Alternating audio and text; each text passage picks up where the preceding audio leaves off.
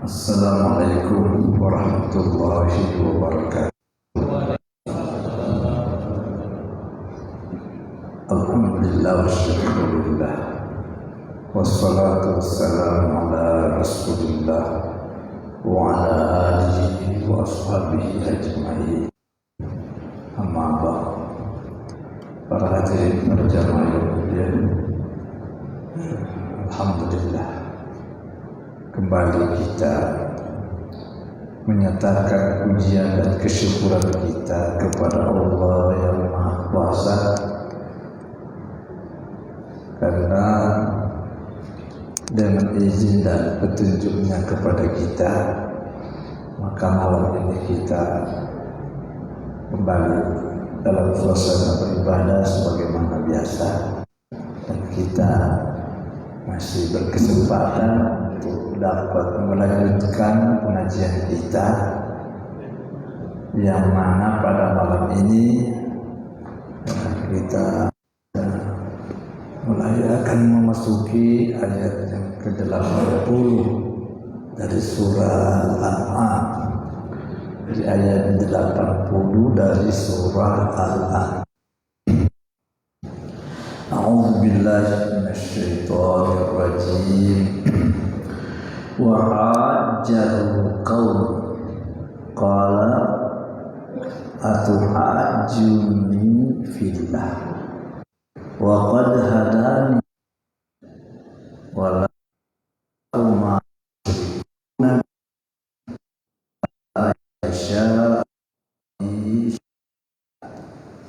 wasi'a rabbi kulla syai'in ilma afala tatadzakkar.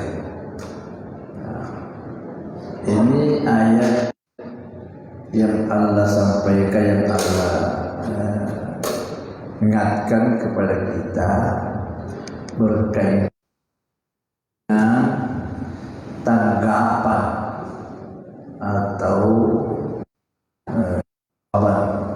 kaumnya ketika Nabi Ibrahim sampai kepada tingkat kesimpulan menyatakan sikap dan pendiriannya, Tuhan saya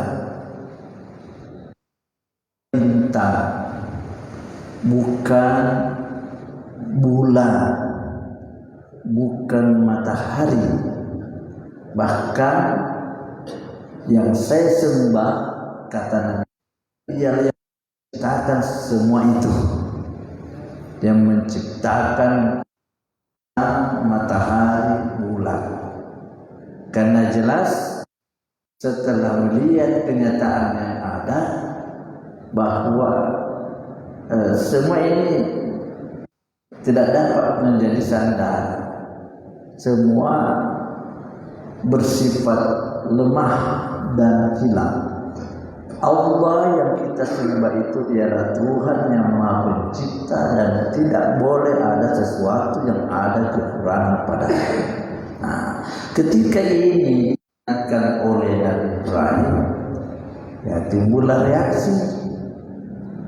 Tentu bisa dimaklumi reaksi itu terjadi mengingat melihat bahwa kaumnya pada waktu itu semua bukan menyembah berhala, termasuk ada yang menyembah bulan dan matahari. Sementara Nabi Ibrahim sudah menyatakan sikap, bukan itu Tuhan. Tuhan yang saya sembah itu ialah yang menciptakan semua yang saya sebutkan itu. Akhirnya kaumnya ini ya keberatan. Wa'ajahu kaum, dan dibantahlah dia oleh kaumnya. Ibrahim dibantah, ditantang oleh kaumnya, sehingga terjadilah istilah satu lawan semua, satu lawan semua. Karena Ibrahim sendirian dalam perjuangannya, kaumnya tidak satu pun yang siap untuk menerima ajaran pada saat itu. Di awal cerita Jadi dibantah oleh kaum. Macam-macam lah dalam sejarah bantah. Ada yang sifatnya menakuti Nabi Ibrahim. Dia menyampaikan hal-hal yang sifatnya tidak diterima oleh Ibrahim itu sendiri. Dikatakan kau berbahaya, berani kau mengingkari warisan nenek moyang kita yang sudah menjadi kegiatan dan kebersamaan kita semua. Kalau berkata Nabi Ibrahim, ajuni fillah, apakah engkau membantah saya? Kau membantah saya di tentang Allah. Nah, tegar-tegar juga. Kau mau bantah saya tentang Allah yang kebenarannya sudah jelas dipungkiri oleh akal pikiran yang sehat, perasaan hati nurani. Semua orang kalau mau dengan jujurlah, kalau jujur orang apa, dari sisi mana kita bisa membantah tentang adanya Allah? Jadi Ibrahim bilang, atuhajjuni fillah, kau bantah saya tentang Allah.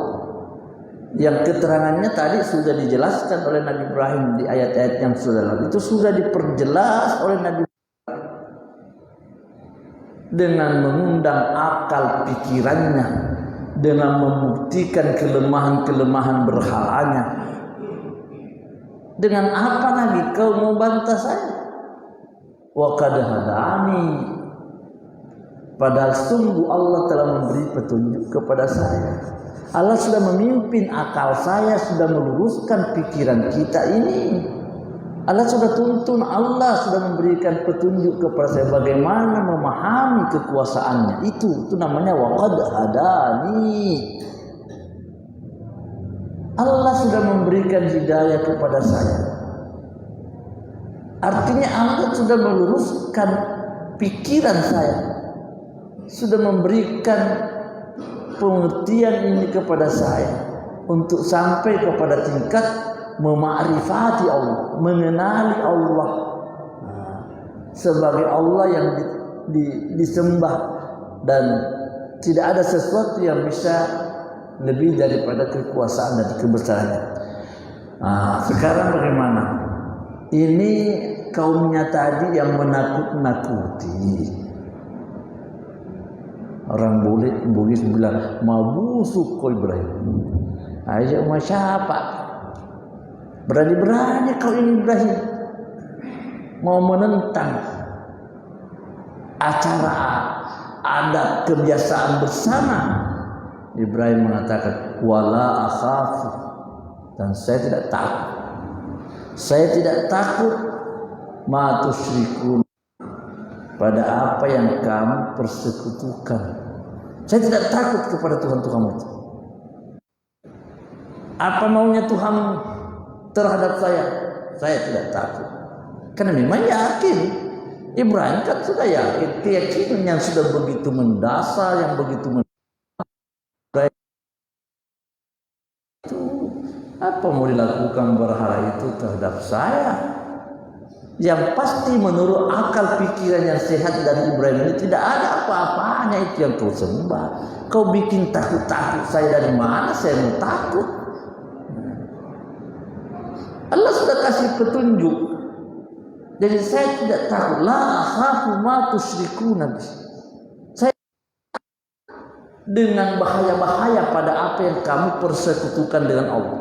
Semua berhala yang kau agungkan itu bahayanya sedikit pun saya tidak takut.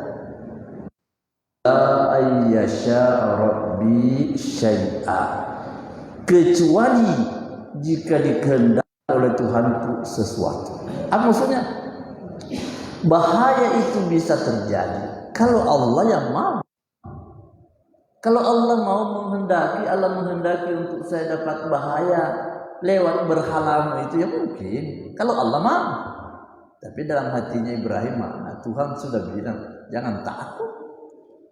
Hatinya Nabi Ibrahim sudah dibekali oleh Allah dengan keberanian untuk berhadapan dengan berhala itu.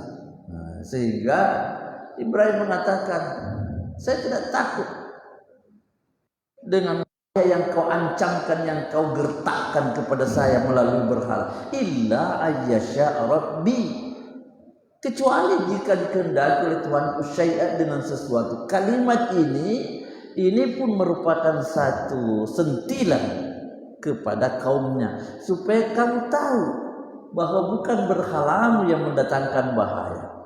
Saya bisa berbahaya, saya bisa celaka, tapi kalau Allah yang mau, Allah yang saya sembah, kalau Allah yang saya sembah itu mau menimbulkan sesuatu terhadap saya, bisalah itu terjadi.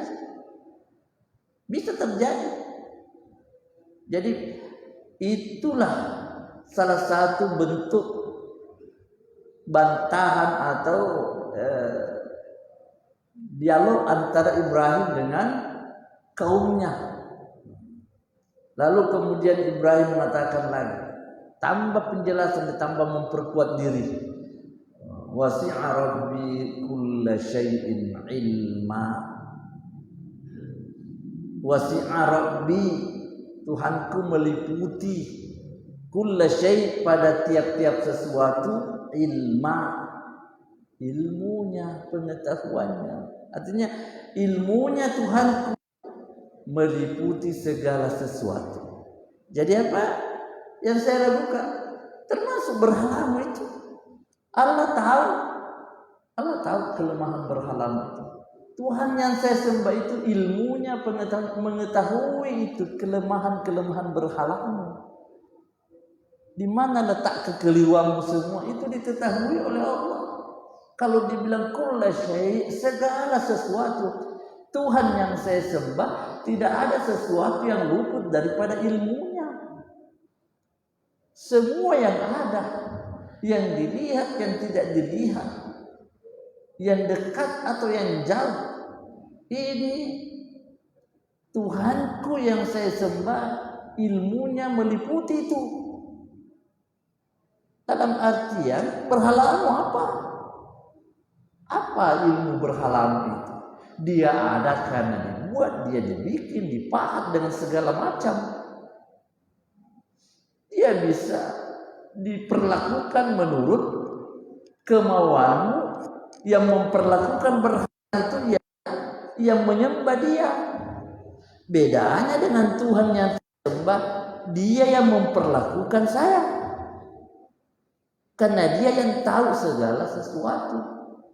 Kalau berhala itu kan nanti akan dikendalikan oleh yang menyembahnya. Ya bagaimana bisa sehat berpikir?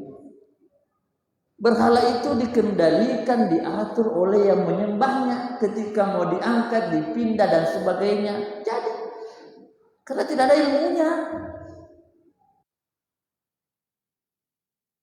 Dikendalikan saya yang mengatur dan menentukan segala hal-hal yang akan terjadi pada diri kita. Itu namanya kulla syai', segala sesuatu.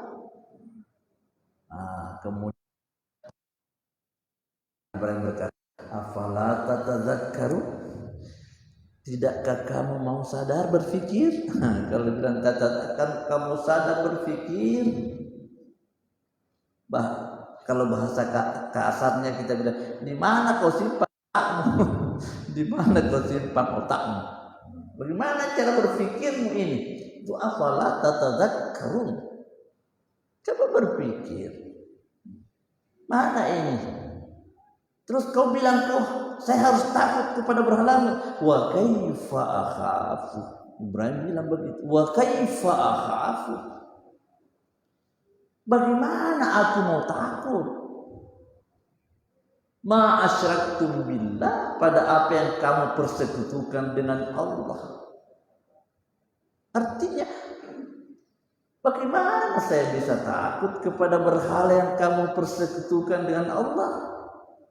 Kamu sendiri tidak takut, mana saya mau takut?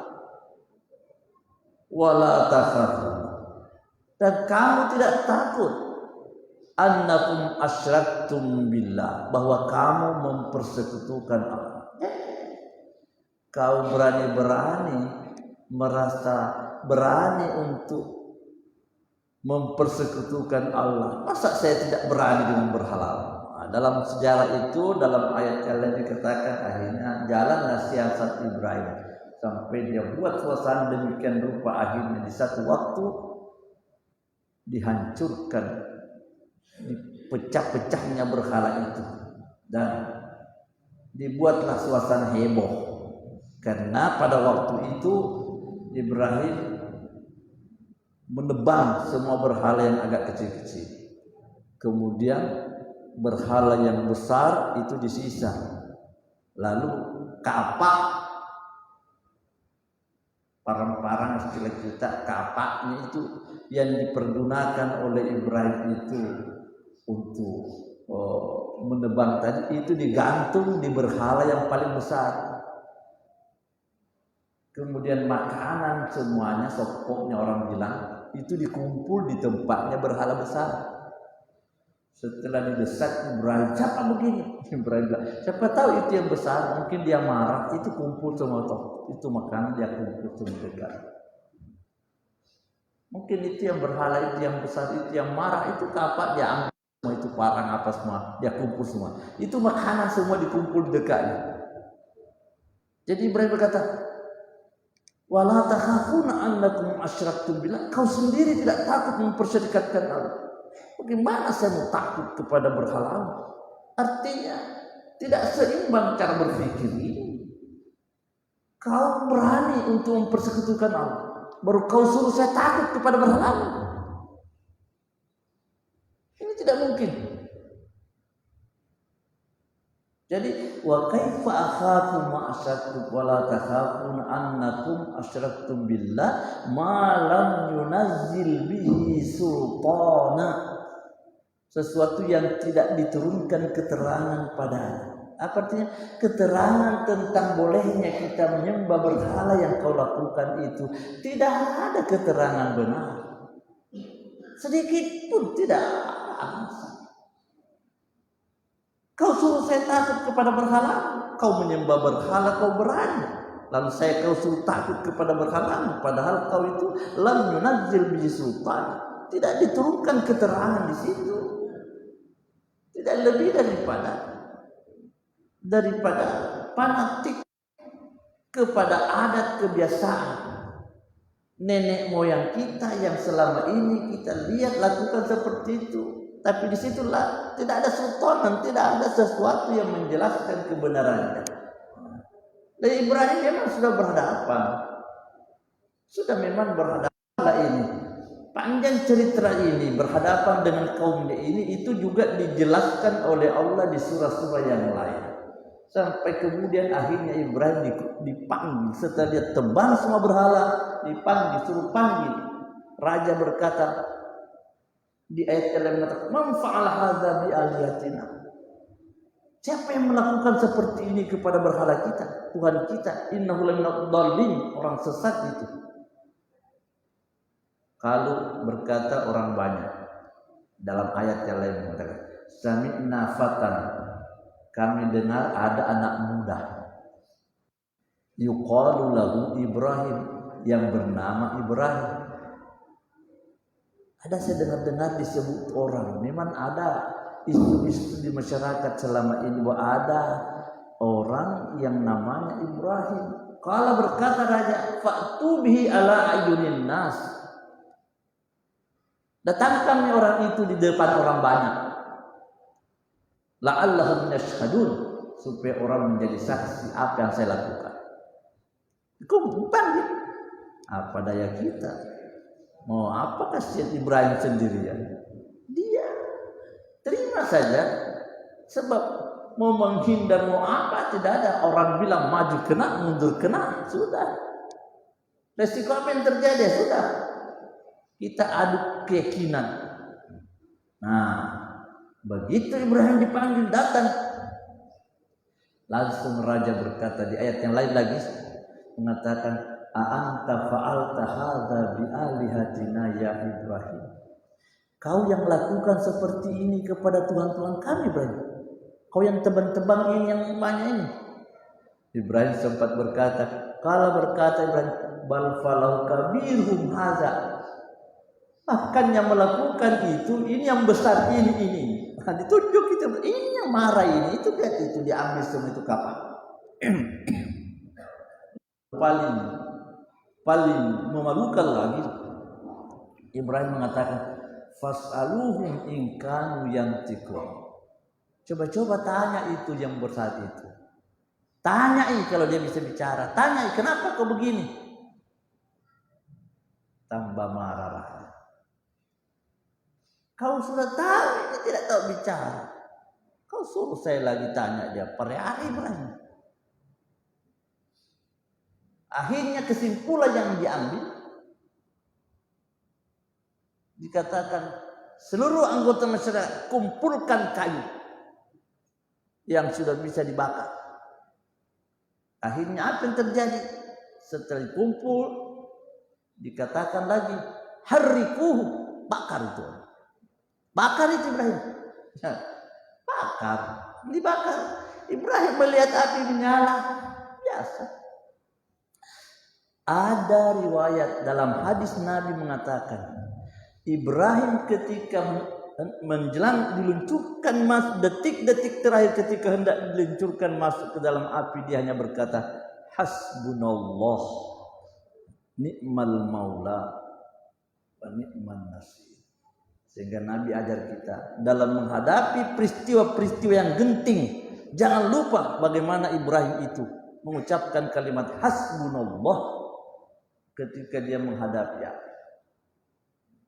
Apa yang terasa oleh Ibrahim tidak lain daripada tauhidnya itu. Tentu bisa dibayangkan. Ya Allah, sekarang Engkau Tuhan saya sembah sebagai Tuhan yang esa. Hanya Engkau yang disembah ya Allah. Hanya Engkau yang saya sembah. Sekarang Tuhan, hanya sendirian saya menyembah Engkau. Orang Bugis. Sekarang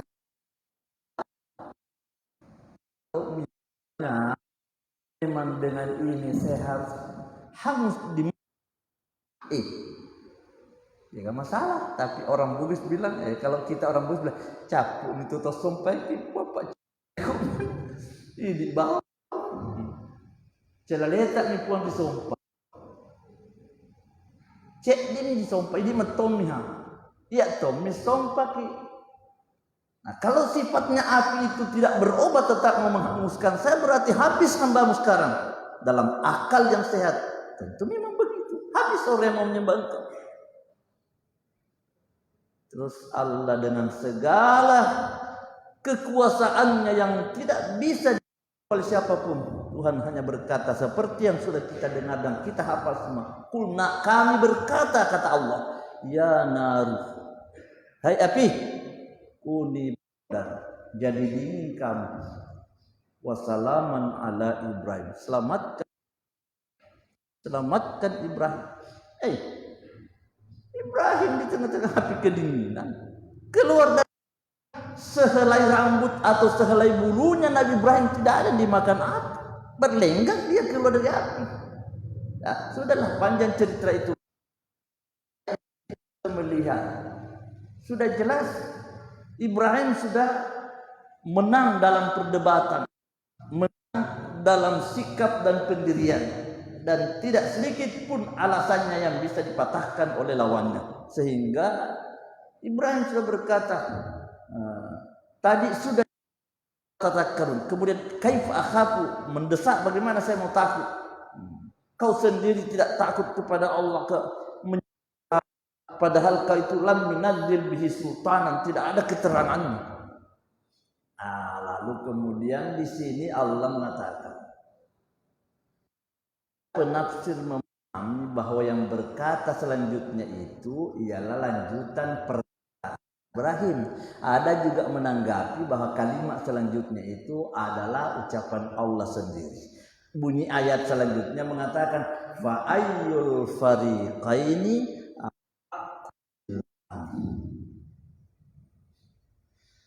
fa ayyul fariqain, maka yang mana di antara dua golongan itu?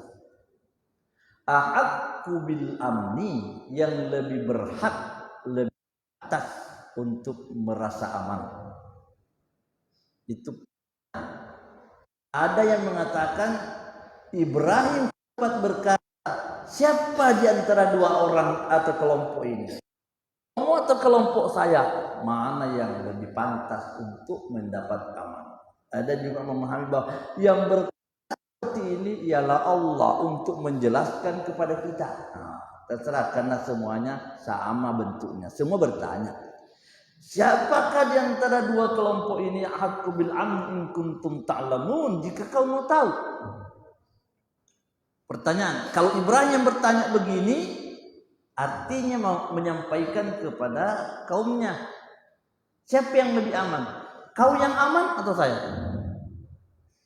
Kalau saya aman, itu Ibrahim bilang begitu, saya aman. Kau bagaimana? Kau takut, kau hantui dirimu dengan berhala. Kau hantui dirimu dengan berhala. Terlambat saja datang berhala, merasa seperti orang yang mau diganggu. Kan memang terganggu, syaitan yang mengganggu kamu. Sedikit-sedikit bawakan makanan, sedikit-sedikit bahaya lagi. Kamu ini terganggu. Takut kepada berhala. Takut kamu. Siapa yang lebih aman? Apakah orang yang bertauhid, kalau dibawa kepada ucapan Ibrahim, kalau dia bertauhid, saya yang aman atau kau yang aman? Saya tidak takut, karena saya punya Tuhan. Ini namanya tauhid uluhiyah. Tauhidku ialah kepada mengesahkan Allah, tempatku menyembah hanya Dia. Itu jelas begitu. Kamu terganggu, tidak aman, karena kamu selalu tunduk kepada pengaruh berhala yang sesungguhnya itu timbul dari angan-angan pikiran-pikiran yang tidak sehat. Tidak sehat. Karena kita membiarkan diri ini diganggu oleh syaitan, sehingga selalu mengadu kepada berhala. Habis dari berhala datang lagi ke kuburan nenek yang dianggap keramat dan sebagainya. Akhirnya kita semakin berat menemukan jalan lurus kita.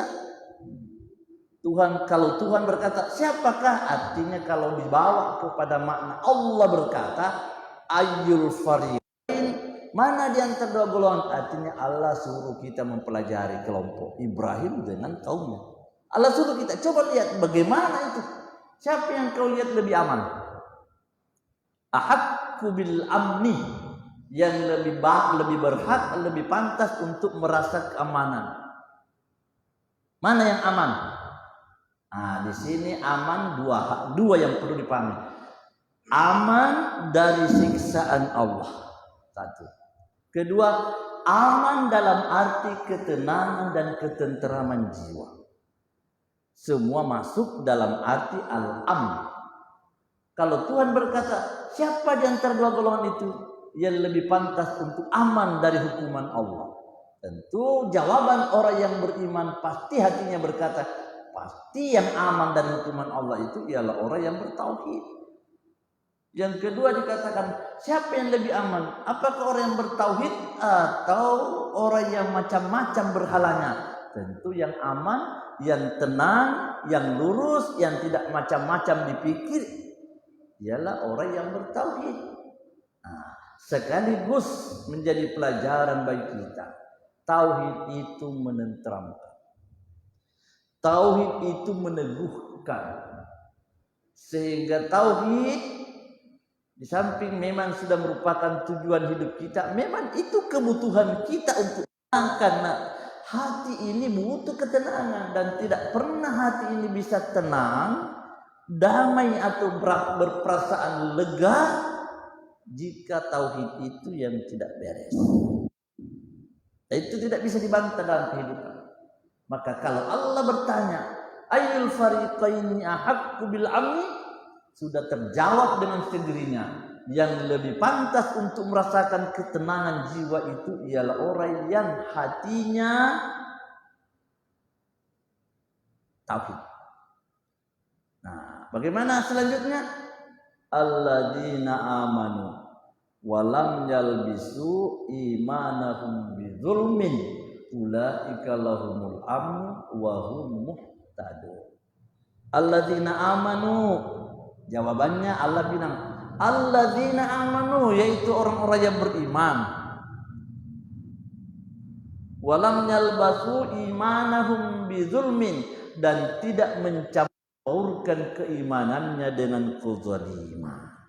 Sudah diperjelas di ayat yang lain, zalim yang pasti secara zalim yang mengganggu hati itu ialah kezaliman karena kemusyrikan. Dalam hadis yang kita juga pada baca pada pengajian hadis kita di malam Kamis itu, di situ dikatakan bahwa kezaliman menurut Nabi itu ialah seperti nasihatnya Luqman kepada anaknya, ya bunayya la tusyrik billah innasyirka la zulmun azim. Anakku, jangan kau mempersekutukan Allah, karena sesungguhnya kemusyrikan itulah kezaliman sangat besar. Nah, jelas dengan ini bahwa orang-orang yang dianggap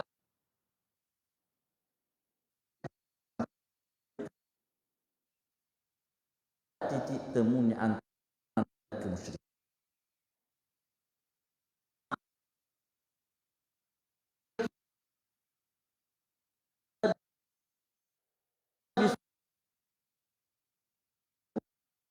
Kalau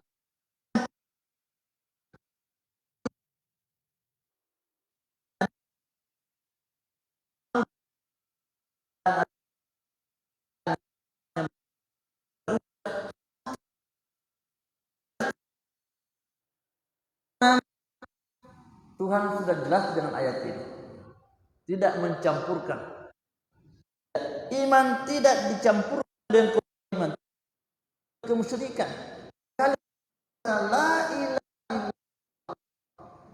luruskan diri, lepaskan segala hal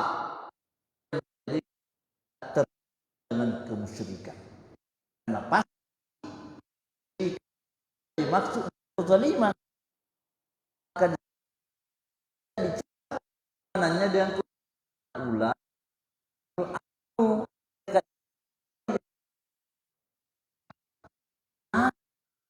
Jadi jelas ilmu jiwa Allah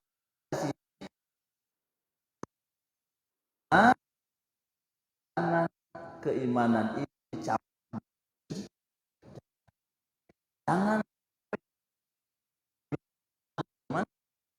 akibat juga ia dan menurut kalau campur keimanan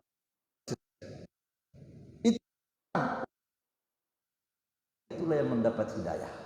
Petunjuk di situ yang lurus ditemukan. Tidak bisa kita jalan iman dengan iman, tidak bisa. Allah mau ya sudah, sekali nyatakan Allah tidak ada sesuatu, sekali berkata Allah itu penguasa tunggal, penguasa alam semesta, jangan cari tempat keramat, jangan membesar-besarkan sesuatu, mengagung-agungkan sesuatu yang jangan karena Allah. Coba dalam hadis mengatakan, man dzabaha li ghairillah faqad asyraka. Barang siapa bukan maksud semata karena Allah,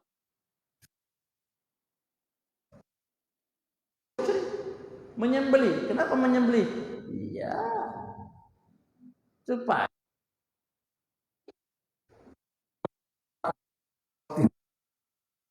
dikasih. Nah, saya menyembelih ini, saya sembelih. Ya, kenapa kita menyembelih lagi di sini?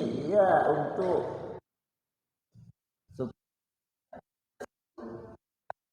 bangun rohana. Itu semua itu dzabaha li ghairillah. Karena Allah maciratasi. Itu li ghairillah.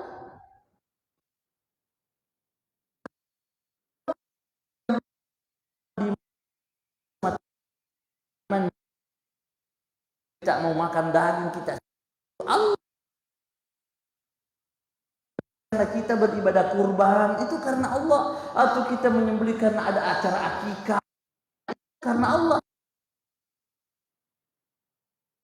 Bahaya yang menurut Nabi faqad asyraka, jelaslah orang, jelas itu orang musyrik. Kembali kepada ayat, Tuhan mengatakan wahum muhtadun, mereka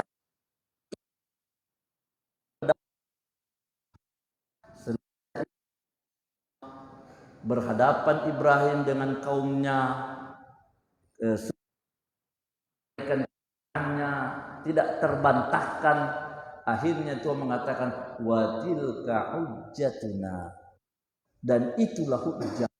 Hujjatuna di sini artinya bantahan yang dibantah, cara membantah yang Ibrahim oleh Allah. Itu bilang dalam membantah kaumnya, dia diajari oleh Allah mematahkan mereka. Itu Allah ajar Nabi, ajaran Allah kepada Nabi untuk membantah segala itulah hujjatuna, dan itulah hujjah kami.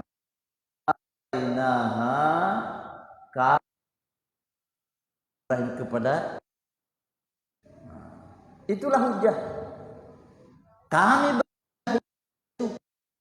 kepada Ibrahim, darajatim man nasya, kami tinggikan derajat, kami angkat man nasya kepada siapa yang kami kehendaki. Itu kami berikan. Inna rabbaka hakimun alim, sesungguhnya Tuhan bijaksana. Kita sudah Allah mengajar Nabi bagaimana memberi keterangan yang jelas. Selesai perdebatan, akhirnya cerita ini berlanjut. Allah mengatakan setelah ini jalani semua Ibrahim kepada hukum yang diderita, ya apa yang dijalani oleh Ibrahim. Tuhan mengatakan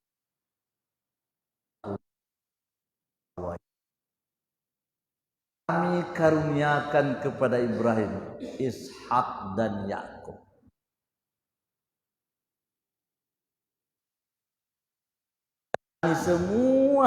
Semua tantangan dia diangkat derajatnya oleh Allah, dan salah satu di antara karunia Allah kepadanya yaitu Ibrahim dikaruniai oleh Allah anak, yaitu Ishak. Anaknya Ishak Yakub. Nah, perlu dipahami sebelum ini Ibrahim itu punya anak yang pertama yang mendahului ini ialah kan Ismail, anaknya Siti Hajar. Dalam keadaan yang sangat-sangat memang luar biasa. Kita lihat Ibrahim itu diberikan anak Ismail pada saat usianya itu sudah 112 tahun ya, 112 tahun. Ada yang mengatakan 99 tahun. 88 tahun. Kasih Ismail. Setelah Ibrahim diberikan anak,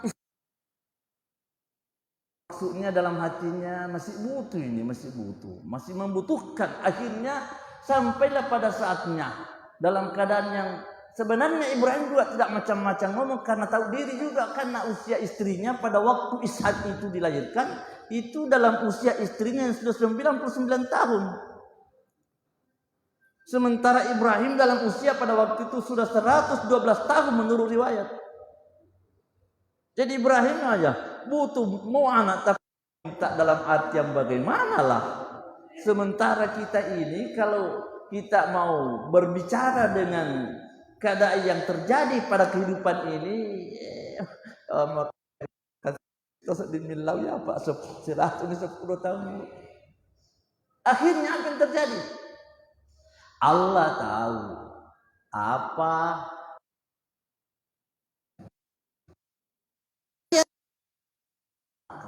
diutuslah malaikat kepada Ibrahim. Utus. Datanglah malaikat di rumah Ibrahim.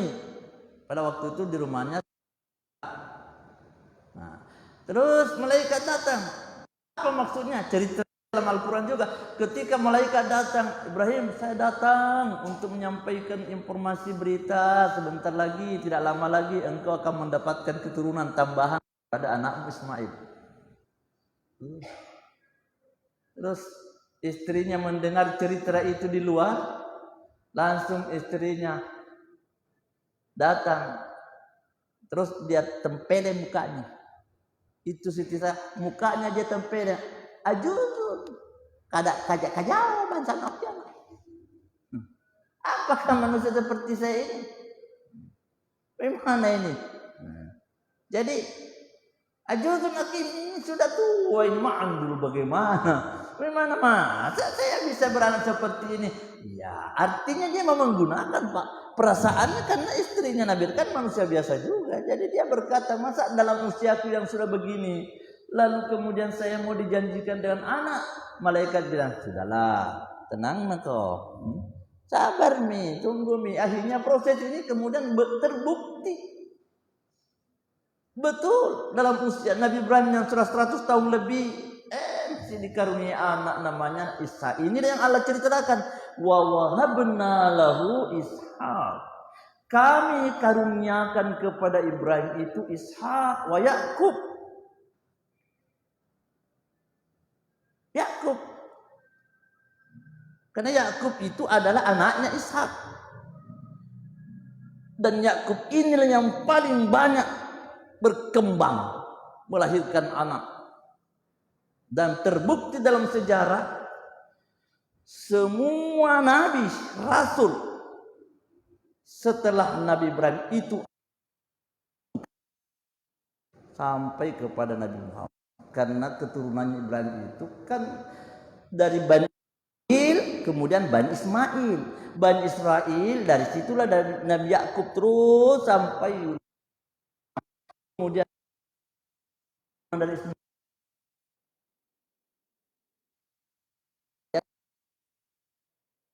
hadaina, semuanya kami beri hidayah.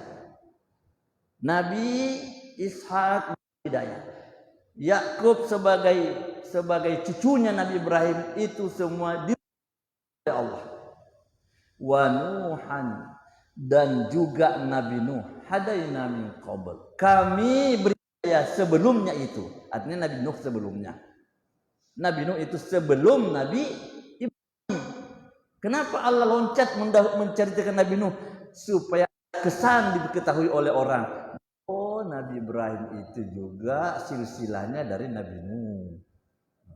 Jadi kemudian setelah itu wa Nuhan ada Nabi Kabul. Terus Tuhan mengatakan dari keturunannya itu apa namanya? Min zuriyati, dari keturunannya Ibrahim apa lagi? Siapa lagi keturunannya Nabi Ibrahim?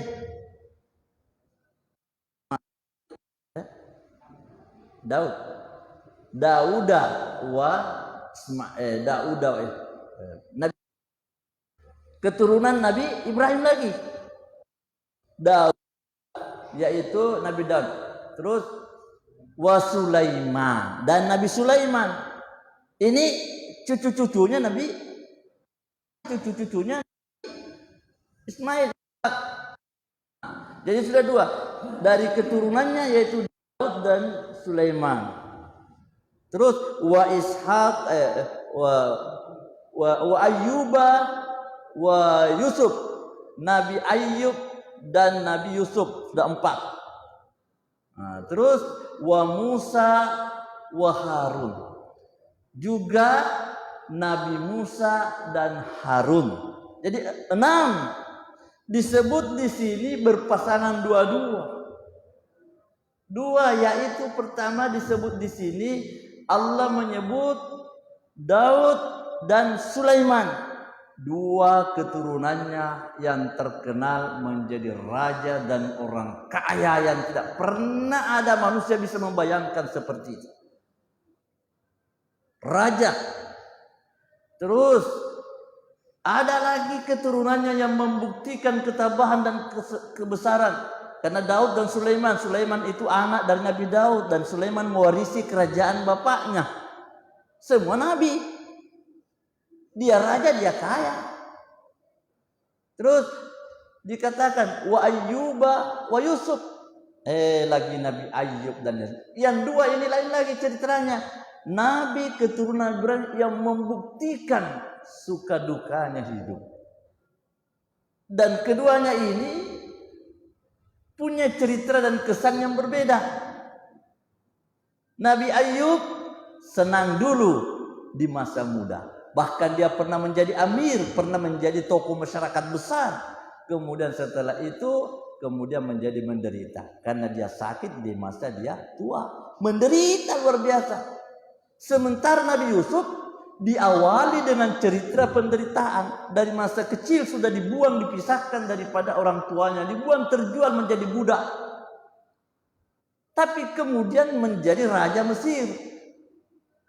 Sehingga berkuasa di Mesir bertahun-tahun lamanya. Sehingga menjadilah orang yang terhormat. Dia menjadi orang yang mulia setelah dia dihinakan orang. Jadi ceritanya begitu. Kalau Nabi Ayyub senang dulu baru menderita. Semua dijalani dan semua sukses. Tidak ada sesuatu yang membuat dia cacat dalam berperilaku. Dia semua itu tetap dimuliakan oleh Allah. Kan kemudian setelah itu dimuliakan kembali. Artinya digantikan penderitaan masa lalunya. Sebagaimana digantikan penderitaan itu diberikan oleh Allah. Ada yang didahulukan penderitaannya, ada yang dikemudiankan. Jadi kalau Nabi Ayyub didahulukan kesenangannya, kemudian diberikan penderitaan, tapi kemudian tetap dipelihara oleh Allah. Sementara Nabi Yusuf itu didahulukan penderitaannya, kemudian setelah itu diberikan kesenangan dan kenikmatan hidup. Begitulah Nabi Ibrahim punya cucu. Terus wa Musa wa Harun, Nabi Musa dan Harun. Kalau tadi raja Daud dan Sulaiman raja. Sebaliknya dengan Musa dan Harun berhadapan dengan raja. Itu lengkapnya itu cerita riwayat orang saleh dari keturunan Nabi Ibrahim. Kalau Nabi Daud dan Sulaiman itu dia yang menjadi raja yang berkuasa dan kaya. Sekarang Nabi Musa dengan Harun justru berhadapan dengan raja, konfrontasi dengan raja Fir'aun. Terkenal, siapa yang tidak kenal Fir'aun dengan Nabi Musa. Dan siapa itu semuanya? Itulah keturunan dari Nabi Ibrahim alaihissalam. Jadi Tuhan mengatakan wa Musa wa Harun wa kadzalika najzil muhsinin. Dan demikianlah kata Allah, kami membalas orang-orang yang berbuat baik. Sejarah sudah mencatat. Siapapun ahli sejarah dunia ini semua berkata, semua mengakui bahwa semua nabi setelah Nabi Ibrahim itu adalah anak cucu dan keluarganya semua. Sehingga kalau dilihat dari perjuangan Nabi Ibrahim memang sangat memang luar biasa lah begitu. Kita tidak bisa lagi mengingkari, tapi inti dasar perjuangan yang melatar belakangi perjuangan Nabi Ibrahim itu ialah penegakan ajaran tauhid. Penegakan tauhid, sehingga berkah daripada perjuangan tauhidnya Nabi Ibrahim, banyaklah keturunannya dijadikan orang-orang mulia, dijadikan oleh Allah sebagai anak saleh, termasuk yang paling mengagumkan manusia sedunia dan sampai di akhirat, yaitu Nabi Muhammad sallallahu alaihi wasallam. Siapa Nabi Muhammad? Itu adalah Bani Ismail, anak keturunan daripada Nabi Ismail alaihissalam. Yang dengan itu banyaklah menjadi cerita dalam kehidupan beragama. Sampai kapanpun orang tidak akan selesai berbicara tentang siapa Nabi Muhammad dengan kehebatannya dan kemuliaannya itu. Sampai di akhirat Nabi Muhammad itu penyandang syafaat.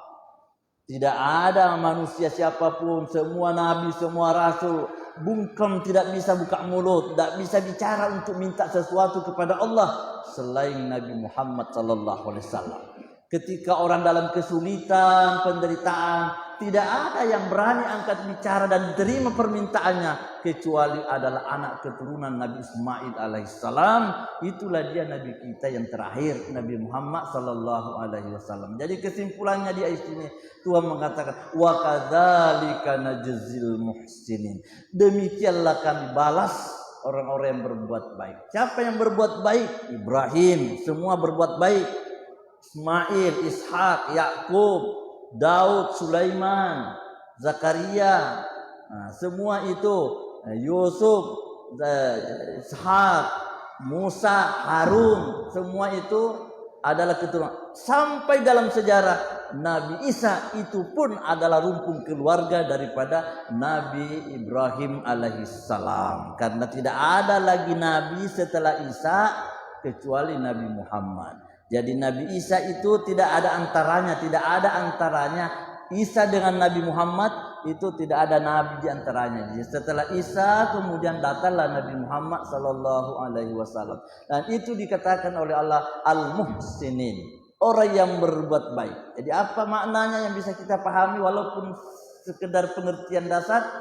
Artinya kalau kita mau mendapatkan keturunan yang baik, keluarga yang baik di belakang hari, mari banyak-banyaklah kita berbuat baik. Sebelum kita mendapatkan anak keturunan di belakang hari, punya cucu macam-macam, mari kita bekali diri. Banyak berbuat baik, karena kebaikan yang dikerjakan oleh orang tua, kalau dia jujur, kalau dia ikhlas, itu akan menetes berkahnya sampai kepada anak keturunannya. Dan itu sudah menjadi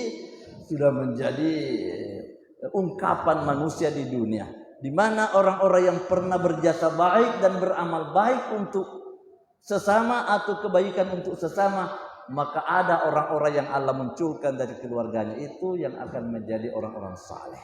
Nah, itu pegangan kita. Jangan kita ragu berbuat baik, karena pasti kebaikan kita kalau betul lillahi ta'ala itu akan menetes kebaikan itu, dan akan ada pengaruhnya terhadap keluarga-keluarga kita di belakang hari, anak keturunan. Seperti halnya Nabi Ibrahim yang jelas-jelas dinyatakan sebagai pejuang agama yang positif, akhirnya mendapatkan keturunan-keturunan. Semua keterangan dan pembicaraan agama yang ada di belakangnya itu dipelopori dan diajarkan oleh keturunan Nabi Ibrahim alaihissalam. Ya demikianlah kesempatan kita untuk malam ini, semoga diberkati kembali oleh Allah Subhanahu wa taala. Assalamualaikum warahmatullahi wabarakatuh.